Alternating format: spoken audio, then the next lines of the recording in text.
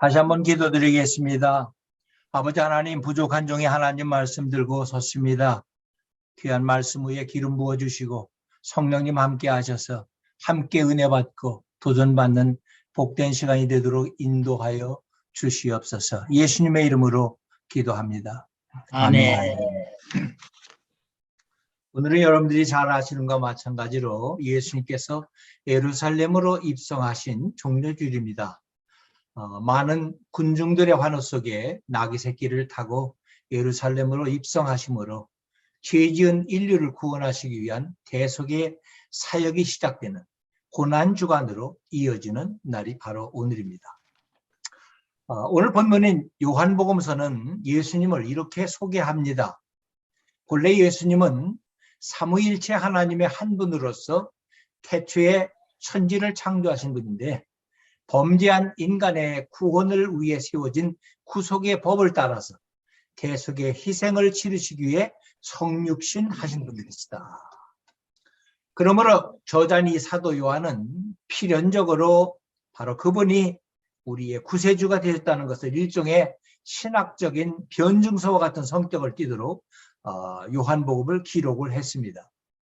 그래서 예수님의 공생애를 사건들 중심으로 소개하고 있는 공관복음서와는 좀 다른 독특한 방식으로 구성되어 있음을 우리가 볼 수가 있습니다. 그 내용을 보면은 1장 1절부터 18절까지에서는 하나님의 아들의 성육신에 대해서 기록이 되어 있고 1장 19절부터 12장 50절까지는 하나님의 아들의 증거와 유대인들의 배척에 대한 내용을, 그리고 13장 1절부터 17장 26절까지는 하나님의 아들의 가르치심을, 그리고 마지막 18장 1절부터 21장 25절까지는 하나님의 아들의 순환과 영광에 대한 내용을 담고 있습니다. 오늘 본문은 사복음서에 모두 나올 만큼 유명한 성전 정화 사건이올시다. 물론 이 성전 정화 사건의 기사는 요한복음과 공관복음의 그 기사에 쓰인 표현들의 차이로 인해서 서로 다른 두 기사로 보는 견해가 대다수입니다.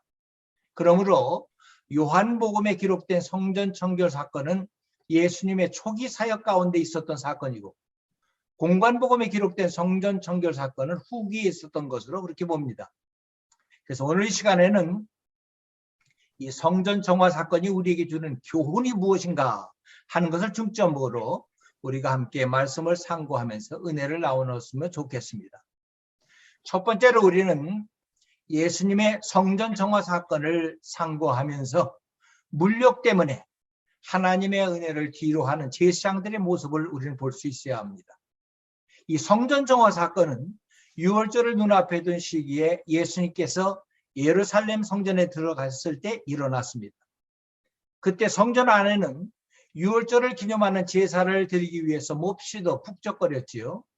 제일 먼저 눈에 들어온 것은 소와 양과 비둘기 파는 그런 사람들이었고, 그 다음은 돈 바꾸는 환전상들이었습니다. 유월절 제사를 드리기 위해서는 하나님 앞에 바칠 희생 제물들이 필요하거든요. 그래서 흠없고 정결한 1년생 소나 양이나 염소나 비둘기 등을 바쳐야 했습니다. 그런데 이런 희생 제물을 멀리서 구하려면은 몹시 번거로우니까 아예 성전 안에서 이 짐승들을 팔았습니다.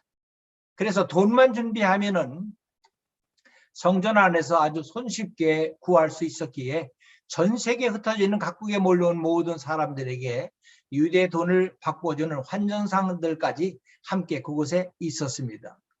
그런데 중요한 것은 성전 안에서 희생제물을 사고 파는 상거래 행위를 주관하는 책임자가 바로 대제사장이었다는 것이에요. 당시 국가적인 명절이나 이스라엘의 기념일이 있을 때마다 이런 희생제물을 팔게 되는데, 이런 일은 그야말로 막대한 수입을 올리는 그러한 일이었습니다. 그래서 본래는 감난산 계곡에서 이루어졌던 그 희생제물 거래 행위를 아예 성전 안으로까지 끌고 들어왔던 것이에요. 제사를 드리는 사람의 편의를 봐준다는 명목으로 하나님께 예배드리는 것을 가장 귀하게 여겨야 할 성전이 종교 지도자들의 욕심 때문에 장사꾼의 소굴이 되고 말았다는 것이지요. 예수님께서 이런 광경을 보였을 때 경노하셨다고 했습니다. 좀처럼 성을 내실 것 같지 않은 예수님께서 그야말로 거룩한 분노를 쏟아내신 것이에요. 우리 본문 15절부터 16절 다시 한번 보시죠. 노끈으로 채찍을 만드사 양이나 소를 다 성전에서 내쫓으시고 돈 바꾸는 사람들의 돈을 쏟으시며 상을 엎으시고 비둘기 파는 사람들에게 이르시되 이것을 여기서 가져가라. 내 아버지의 집으로 장사하는 집을 만들지 말라. 예수님의 이와 같은 분노는 충분히 수긍이 갑니다. 왜냐하면 하나님 앞에 순결하게 예배를 드려야 할 것 같은 장소를 돈을 버는데 혈안이 된 장사의 소굴로 만들었으니 얼마나 화가 나셨겠습니까?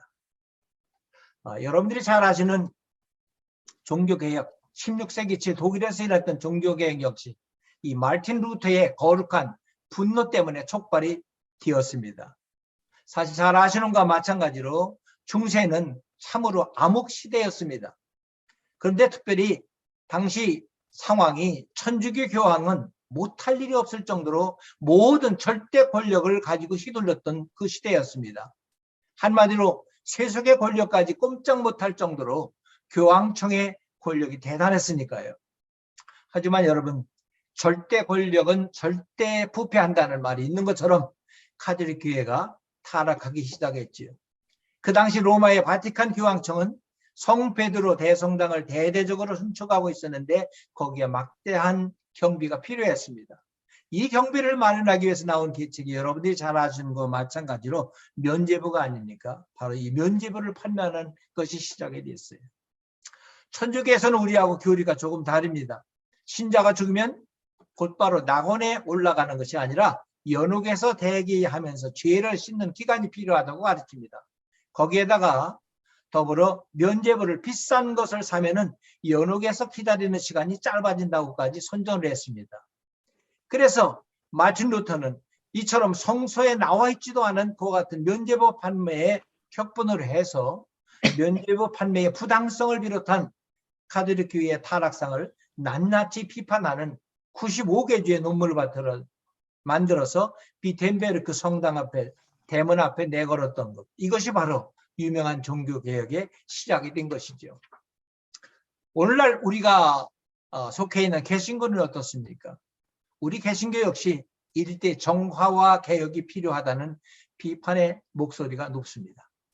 많은 주의종들이 복음을 값싼 은혜로 전락시켜서 예수 믿으면 무조건 물질 축복받고 건강 축복받고 만사가 형통된다는 식의 기복신앙을 가르쳐 왔습니다. 그래서 예수님이 그토록 미워하셨던 맘모니즘, 즉 물신 숭배와 황금 숭배가 교회 안에까지 깊이 침투해서 물량주의에 넘어간 것이 사실입니다. 이 세상을 어떻게 하면 하나님의 나라로 변혁시킬 수 있을까 하는 그러한 고민보다는 성경에서 말씀하는 복을 개인의 물질주의적이고 성공주의적인 복으로 바꿔버렸다는 것이지요. 이처럼 예수 그리스도의 십자가 복음은 온데간데 없고 값싼 물질주의, 성공주의가 판을 치고 있는 것이 현재 개신교의 마음 아픈 현실이 아닌가 생각이 듭니다. 그러므로 우리는 예수님의 이 성전 정화 사건을 상고하면서 물욕 때문에 하나님의 은혜를 뒤로하는 성도와 교회들이 되어서도 아니 되고 그렇게 가르쳐도 안 된다는 것을 우리가 마음속에 깊이 다짐을 해야 됩니다. 또 한 가지, 예배당과 예배에 있어서 가장 중요한 점이 과연 무엇이냐? 이는 예배당의 겉모양보다는 이 예배당의 필요성과 하나님께서 받으시는 진정한 예배가 어떠한 것인가 하는 점에 더욱 우리의 마음을 쏟아야 한다는 것이에요. 그런 차원에서 구약의 성전 개념과 신약의 성전에 대한 바른 이해가 또한 필요합니다. 구약의 성전은 하나님께서 임재하시는 외적인 건물에 중점을 두었다면 신약 시대에는 하나님이 함께 하시고 거하시는 크리스천들의 모임인 교회에 중심을 두고 있다는 것이에요. 따라서 구약의 성전과 신약 시대의 예배당 건물은 구분해서 이해해야 합니다.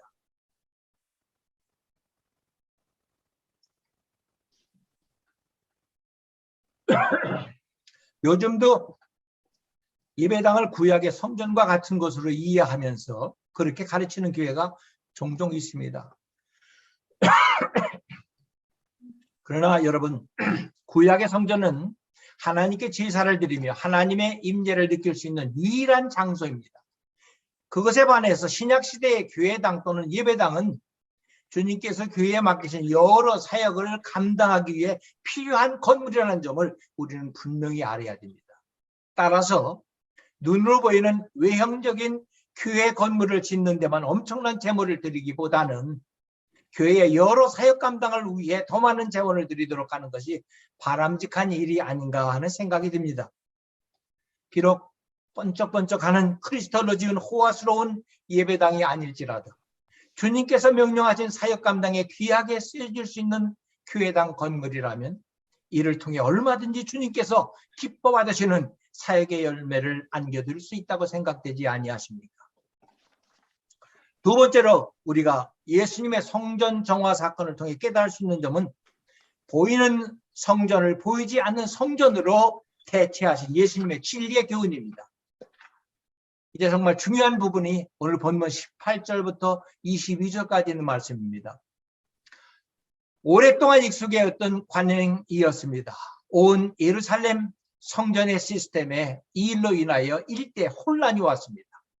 누구도 이에 대해서 의의를 제기한 적이 없었으며 너무나도 당연한 관행으로 여겨져 왔던 성전 시스템 전체에 예수님의 이 성전 정화 사건으로 인해서 크나큰 마비가 생겼습니다. 그래서 혼돈과 충격에 빠진 유대인들이 예수님께 이렇게 따져 묻습니다. 당신이 어떤 권세로 이런 일을 하는지 표적을 보여달라고 합니다. 이때 예수님은 유명한 말씀을 하십니다. 본문 19절에 있는 말씀에 너희가 이 성전을 헐라 내가 사흘 동안에 일으키리라. 여기에서 성전은 여러분들이 잘 아시는 것과 마찬가지로 예수 그리스도의 몸을 의미하며 허문다는 말은 십자가 위에서 돌아가신다는 뜻입니다. 사흘 후에 일으킨다는 말은 사흘 후에 부활하신다는 뜻임을 우리가 잘 알고 있지 않습니까? 즉 예수님은 성전으로서의 본분을 상실한 예루살렘 성전을 완전히 대체할 전혀 새로운 형태의 성전을 말씀하고 계신 것이지요. 그러므로 예수님은 예루살렘 성전의 외형만 숙청하신 것이 아니라 예수 그리스도의 십자가와 부활이 중심이 되는 전혀 새로운 형태의 성전의 본질을 제시하고 계신 것입니다. 그러니까 유대인들이 이러한 예수님의 말씀을 이해할 수 없는 것은 당연하지요. 그래서 이들은 다시 예수님께 이렇게 따집니다. 이 성전은 46년 동안 지었거늘 네가 3일 동안에 일으키겠느냐? 당시 헤롯 왕이 주선해서 지었던 이 예루살렘 성전은 자그마치 그곳에 동원된 인원만 1만 8천 명이나 동원이 되었다고 합니다. 그리고 본문에 있는 것처럼 46년 동안 공사를 해왔는데 완공하지 못한 그런 상태였습니다. 그러므로 이 성전을 허물고 사흘 만에 다시 짓겠다는 예수님의 말씀은 도저히 이들에게는 이해할 수 없는 하나의 허풍이요 과대망상으로 그들에게 비춰졌을 것이에요. 하지만 예수님의 이 말씀에는 이제 구약시대의 희생제물을 드리던 성전제사의 시대는 끝이 나고 예수님의 십자가와 부활이 주축이 되는 전혀 새로운 형태의 예배가 도래했음을 알리는 말씀이었습니다. 그래서 요한복음 4장에 보면은 예수님께서 사마리아 수가성을 지나다가 그곳에서 한 여인을 만납니다. 그 여인의 질문에 이렇게 답을 하십니다. 아버지께 참으로 예배하는 자들은 장소를 초월해서 신령과 진정으로 예배할 때가 온다는 말씀을 해주신 것을 여러분들이 기억을 하실 것입니다. 그러므로 우리는 육신의 눈앞에 보이는 교회를 100% 하나님의 임재를 느끼는 구약의 성전과 똑같은 것으로 절대로 여겨서는 아니 됩니다. 왜냐하면 어떤 제도로서의 교회는 언제나 예루살렘 성전과 마찬가지로 타락할 수 있기 때문입니다. 따라서 우리는 건물이나 제도로서의 교회를 절대로 우상화해서는 아니 됩니다. 우리를 위해 십자가에 달려 돌아가신 후에 사흘 만에 다시 사신 예수 그리스도를 머리로 삼은 교회가 하나님께 드려지는 예배만이 진정한 예배임을 우리는 꼭 잊지 말아야 합니다. 그러므로 지상에서 눈앞에 보이는 교회는 단지 영원한 새 성전이신 예수님의 모형이요 그림자에 불과합니다. 따라서 우리가 사모하고 높여야 할 성전은 보이는 건물로서의 성전이 아닌 보이지 않는 예수 그리스도의 몸으로서의 교회라는 것을 또한 우리는 꼭 잊지 말아야 합니다. 그러면 마지막으로 왜 예수님께서 하필이면 성전에서 그토록 격분하셨을까 하는 것을 함께 생각해 보고자 합니다. 사실 이치로 따져본다면 성전에서보다는 매국노들이 들끓는 세무서에 가서 집기를 내던지시고 세리들을 쫓아내는 것이 더욱더 그럴싸해 보이지 않겠습니까? 또한 오히려 사창가나 유흥업소에 가서 노끈으로 채찍을 만드시고 윤리적으로 타락한 사람들을 내쫓아야 하는 것이 옳다고 생각이 들지 않습니까? 그런데 왜 하필이면 성전에 가서 그리 하셨을까요? 아무리 성전이 타락해도 세상보다 더 할 일은 만무할 텐데요. 왜 세상은 그냥 놔두시고 성전만 그토록 더 엄하게 꾸짖으셨을까요? 우리 교회들은 이런 질문들을 염두에 두고 예수님의 성전 정화 사건의 의미를 깊이 음미해 보아야 합니다. 적어도 예수님의 판단이 옳으셨다고 느껴진다면 이 시대에 하나님의 가장 큰 영향을 받아야 할 것은 바로 다른 것이 아니라 바로 교회입니다. 뿐만 아니라 가장 큰 비판을 받을 수 있는 것도 교회가 되어야 한다고 저는 생각이 듭니다. 바로 이와 같은 점에서 무신론의 가장 큰 원인이 세상 사람들이 아닌 그리스도인들 자신에 있다고 주장하는 학자들의 지적도 어느 정도 수긍이 갑니다. 사실 그렇지 않습니까? 입으로 하나님은 잘 외칩니다. 그러면서 삶으로는 전혀 하나님을 믿지 않는 사람들처럼 살고 있기 때문에 세상 사람들은 하나님이 없다고 생각을 한다는 것이지요. 사실 우리의 삶을 우리가 주변에 돌아볼 때 정말 교회다운 그 같은 삶의 모양이 비춰지고 있는가? 그런 모습이 우리의 삶 속에서 드러나고 있는가? 교회가 지역, 사회나 이곳에 정말 빛과 소금의 그 같은 역할이 드러나고 있는가? 어떻게 보면은 지금 이 시대, 우리가 살고 있는 이 시대를 요한계시록에 등장하는 4대 교회와 비교해 볼 수 있다고 저는 생각이 듭니다. 요한계시록 3장 1절 후반절에 보면은 예수님께서 4대 교회에게 이르신 말씀을 이렇게 이르시고 계십니다. 내가 네 행위를 아노니 네가 살았다 하는 이름은 가졌으나 죽은 자로다. 사실 교회가 교회다운 모습을 완전히 드러낸다면 그 사회는 변화될 수밖에 없습니다.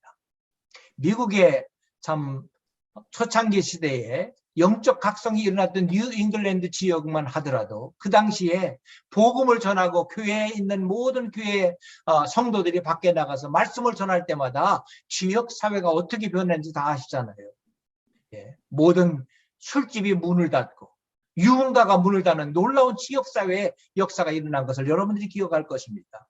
그렇다면 지금 왜 우리 주변에 있는 이 많은 문제들이, 왜 세상적인 모든 문제들이 변화가 되어지지 않을까요? 이는 바로 어떤 면에서 보면은 우리 교회에 우리가 제대로 우리의 교회 사역을 제대로 잘 감당하지 못하고 있는 그 때문이네 이와 같은 일들이 일어나고 있다고 저는 그렇게 생각이 됩니다. 그렇기 때문에 그런 차원에서 볼 적에 1차적으로 하나님을 믿는 크리스찬들의 모임인 이 교회에 첫 번째 책임이 있다는 것을 우리는 그대로 받아들여야 한다는 것이에요. 하나님은 이와 같이 본질이 뒤집힌 교회마다 오셔서 다시 세우기를 원하십니다. 물질과 성공과 온갖 세상 자랑으로 무장한 교회를 예수 그리스도의 십자가와 부활에 기초한 진정한 교회로 새롭게 태어나기를 원하시는 것이 주님의 간절한 바라심이고 원하십니다. 교회를 일컬어 그 시대의 마지막 보루라고들 이렇게 말을 합니다. 또한 교회가 타락하게 되면은 그 시대도 타락된 것을 그대로 잘 보여주게 됩니다. 한마디로 교회의 타락은 그 시대의 타락의 척도라고 그래서 그렇게 이야기들을 합니다. 아무리 사람들이 많이 몰려오고 세상의 인기와 주목을 한 몸에 받는 교회를 할지라도 하나님의 뜻에 벗어난 교회는 하나님께서 인정하시지 않습니다. 그렇다면 여러분, 이 시간에 주님께서 우리들을 바라보시고 우리들에게 오늘 본문인 성전 정화에 대한 질문을 우리 각자에게 하신다면 나는 과연 무엇이라고 대답할까? 우리의 몸은 성전이라고 했습니다. 하나님께서 우리 안에 계시는 성전인데 이 성전을 나는 과연 얼마나 정말 정화해서 하나님이 원하시는 그와 같은 일에 쓰임받고 있는가 하는 질문을 우리 자신에게 한번 해봐야 하리라고 생각이 듭니다. 이제 제가 최근에 읽고 큰 감동을 받았던 책 한 권을 여러분께 소개하면서 오늘 말씀을 마무리하도록 하겠습니다. 이 책은 뉴욕 퀸즈에 위치한 뉴 라이프 펠로십 처치라고 하는 그런 교회의 설립자로 26년 동안 담임 목사로 사역하였던 피터 스카지로라는 목사가 쓴 Emotionally Healthy Church라고 하는 정서적으로 건강한 교회라 하는 그 책입니다. 원래 이분은 불가지런주로 살았다고 합니다. 근데 대학교 2학년 때 어느 교회 찬양 집회에 참여했다가 극적인 회심을 했다고 합니다. 그 이후에 초교파 선교단체인 IBF의 간사로 사역을 하다가 교회를 개척을 했는데 교회를 개척한 지 6년 만에 영어 예배 출석자만 400여 명으로 늘고 스페인어 예배 출석자가 250여 명에 이르게 되었다고 합니다. 그런데 바로 1년 후에 스페인어 사역자가 아무 상의도 없이 약 200여 명의 교인들을 데리고 나가버렸어요. 사실 개척한 목회자의 심정으로는 이루 말로 표현할 수 없는 큰 충격을 받게 되었겠죠.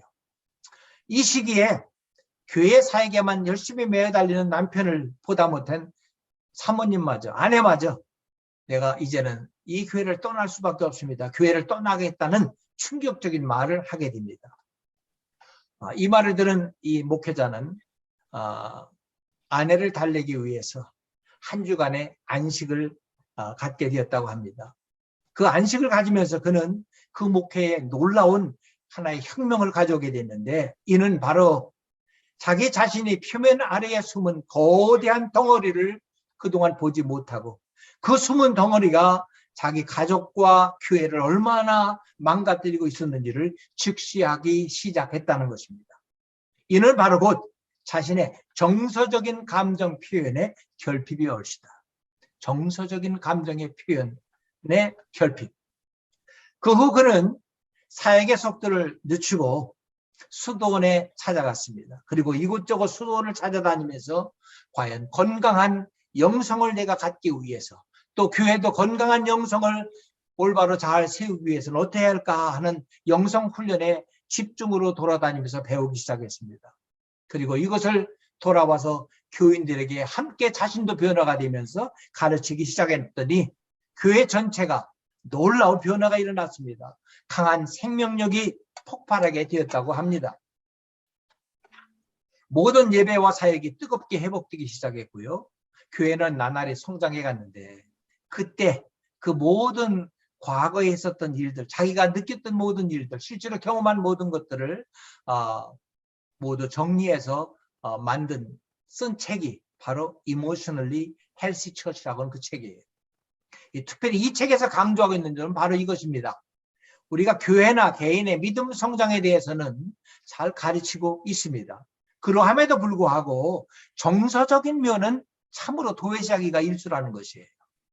어떻게 보면 우리 한인교회는 더군다나 더할 거라고 생각이 됩니다. 왜냐하면 특별히 유교 사상에 젖어서 지내온 우리들인 까닭에 한국의 기독교 전통 속에는 이와 같은 정서적인 면이 아주 메말라 있는 것이 사실이에요. 그래서 교회에서나 가정에서도 이 정서적인 감정 표현이 아주 자유하지 못합니다. 그래서 무조건 마음속으로 참기만 하다 보니까 그 속에 쌓여온 그 긴장이 육신의 병으로 얼마 후에 드러나서 참 참담한 어려움을 겪는 어려운 그런 상황을 처하게 되는 경우를 우리가 많이 보게 된다는 것이죠. 그러나 여러분, 성경은 인간성을 말하면서 정서적인 면을 무시하거나 결코 간과하지 않는다는 것입니다. 그 예로 성경에 등장하는 인물들을 보면요, 모두가 감정이 그대로 표현되어 있어요. 형제 간의 경쟁의식에 시달렸던 요셉의 형제들이 그랬고요. 불을 참지 못했던 모세가 그랬고요. 믿음의 아들 디모데가 찾아와 주기를 눈물로 기다렸던 바울도 그러했습니다. 또한 예수님의 인성에도 풍부한 감성이 포함되어 있었기에 오늘의 본문에 등장하는 것처럼 예수님도 눈물을 흘리셨고 오늘 성전 정화 사건에도 크게 화를 내셨던 것이에요. 그러므로 우리가 감정을 솔직히 드러내고 공개적으로 성령님의 인도하심을 따라 표현하는 것이 얼마나 우리의 삶에 큰 영향을 미치게 된다는 것을 우리는 꼭 기억을 해야 됩니다. 감정을 올바로 표현하는 것. 내가 어떠한 감정을 가지고 있는 것을 성령님의 인도하심을 따라서 잘 표현하기만 하면은 그것처럼 아름다운 하나님이 기뻐하시는 가정, 하나님이 기뻐하시고 하나님이 인정하시는 교회가 될 수 있다는 그런 말입니다. 이처럼 우리들의 감정 표현이 자유로운 상태가 되어지기만 하면은 행복한 교회 생활과 행복한 가정 생활을 할 수 있다는 것을 가르쳐 주는 것이 바로 이 책에서 우리에게 도전을 주는 말씀입니다. 사실 저는 이 책을 읽으면서 목회를 했던 제 자신부터 한번 깊이 생각을 해봤습니다. 사실 그렇습니다. 우리는 감정 표현을 참으로 교회 안에서 성도들 간의 감정 표현뿐만 아니라 가정 안에서도 부부 간의 감정 표현도 정말 자연스럽게 하지 못하는 것이 사실이에요. 이것이 우리가 제가 아까 말씀드린 것처럼 한국에서부터 우리가 오랫동안 이 유교 사상에 계속 우리가 자라온 그와 같은 것이 아닌가 하는 생각이 듭니다. 그렇다면은 사실 하나님께로부터 특별히 소명을 받은 목회자의 그 영성, 목회자의 이 감정 표현력이 얼마나 중요하다 하는 것을 우리는 다시 한번 마음속에 깊이 생각하면서 목회자로부터 특히 이와 같은 하나님이 기뻐하시는 건강한 정서적인 이와 같은 표현이 있어져야 한다고 저는 생각합니다. 오늘 이 말씀을 우리가 다음 마음속에 깊이 생각하면서 과연 저와 여러분은 얼마나 정서적으로 건강한 상태를 유지하고 있는가 하는 것을 우리가 다시 한번 되돌아봐야 하리라고 생각이 듭니다. 나 자신의 삶이 이처럼 정서적으로 건강한 상태를 유지하게 될 때 부부관계나 내 주변에 있는 가족이나 교회나 국가를 바라보는 시각이 달라지게 됩니다. 또한 이와 같은 상태 속에서 하나님께서는 자신이 이루시고자 하는 뜻을 개인이나 가정이나 교회나 국가에 이루시게 될 줄 믿습니다. 이와 같은 차원에서 참 다시 한번 생각해 볼 때 국민과의 자유로운 소통을 앞으로 하겠다 하는 대통령 당선자의 그와 같은 소신은 참 한국의 새로운 정부의 큰 찬사를 우리가 보내고 싶은 마음입니다. 하나님이 원하시는 일은 바로 이와 같은 정서적인 바른 정서적인 표현을 통하여서 하나님이 기뻐하시는 뜻을 이룰 수 있기 때문에 그렇습니다. 이제 말씀을 마무리합니다.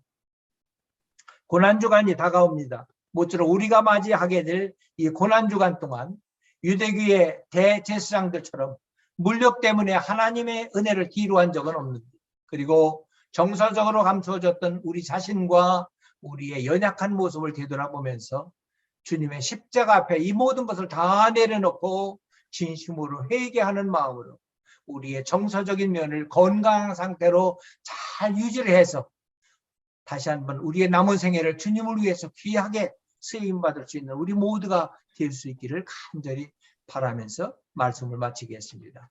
기도하시겠습니다. 하나님 아버지, 오늘 저희들에게 예수님의 정화 사건을 통하여서 귀한 깨달음을 주심을 진심으로 감사합니다. 저희들의 지나온 삶을 헤쳐보면서 당시 종교 지도자들처럼 혹시라도 주님께서 베풀어 주신 은혜보다는 물질적인 면 때문에 앞섰던 적은 과연 없었는가를 되돌아보게 해 주옵소서. 또한 성전이 된 우리들의 몸을 주님의 영광을 위해서 온전히 드리지 못한 적은 없었는가를 다시 한번 되돌아보면서 이제 저희들의 남은 생애에 주님의 성전을 함께 세우는 그 일에만 온전히 드려질 수 있도록 우리를 도와주시기를 간절히 바랍니다.